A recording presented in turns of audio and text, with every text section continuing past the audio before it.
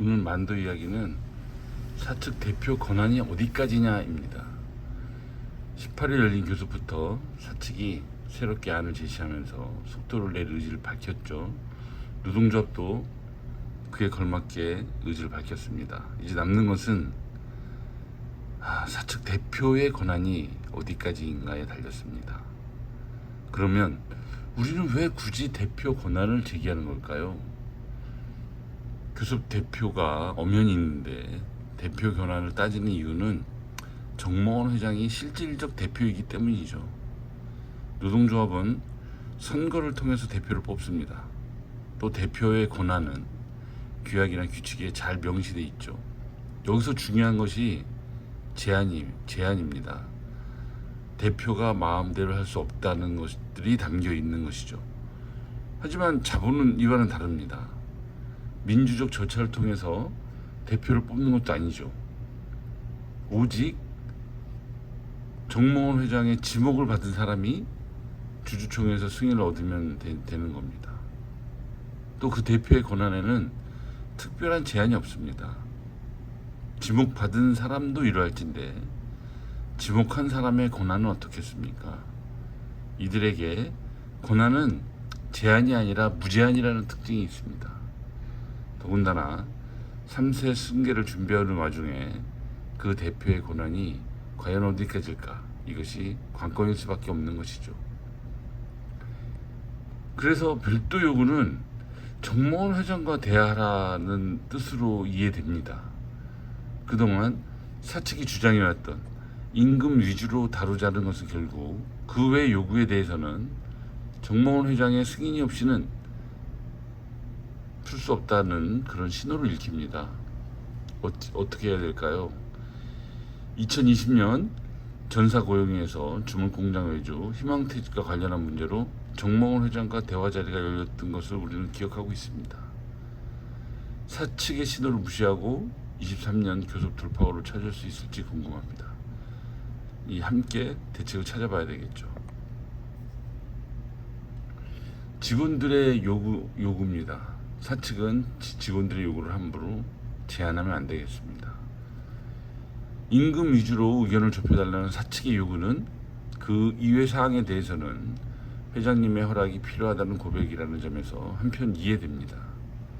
노동조합 요구 역시 집행부나 임원의 요구가 아니라는 점 사측도 명심하기 바랍니다.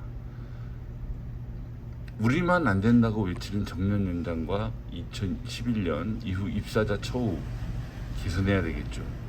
우리는 지난 철회 노동자를 통해서 완성차와 부품사를 예를 들어서 정년 연장 못할 이유 없다는 의견을 냈고 2011년 이후 입사자 문제도 심각하다는 점을 밝혔죠. 한원 시스템의 경우 눈으로 보고도 믿지 못할 정도입니다. 사측이 직접 확인하기 바랍니다.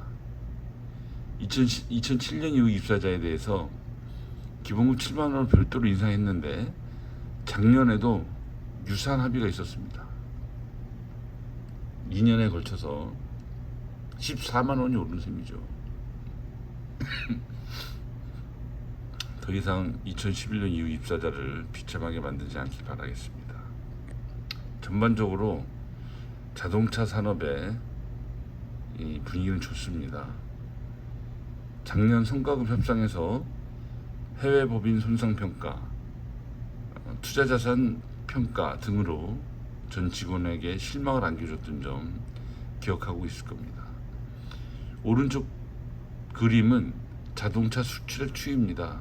2023년에 대폭 늘어난 것을 눈으로 확인할 수 있습니다. 그래서 우리는 회장님의 만도, 회장님을 위한 만도가 아니라는 것을 보여줄 기회라고 생각합니다. 사측은 종합 선물 세트를 준비하는 마음으로 교섭에 임하길 바라겠습니다. 노조 간 실무협의회 운영도 제한할 만합니다.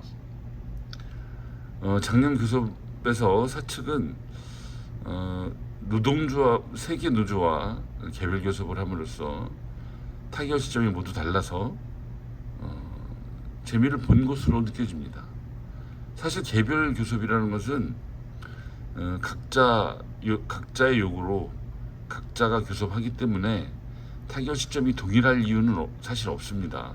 그럼에도 불구하고 우리가 고민하는 것은 개별 교섭이라서 타결 시점이 다른 것이 과연 전체 직원의 권익에 이로운가 하는 점이죠. 이것은 여전히 물음표라고 볼 수 있습니다. 사실 개별 교섭을 통해서 이 서로 부족한 부분을 채울 수 있는 교섭이 되고 상승 효과를 내는 그런 결과라면 뭐 타결 시점이야 무슨 중요하겠습니까? 근데 현재까지는 사실 사측이 개별 교섭을 활용해 왔습니다.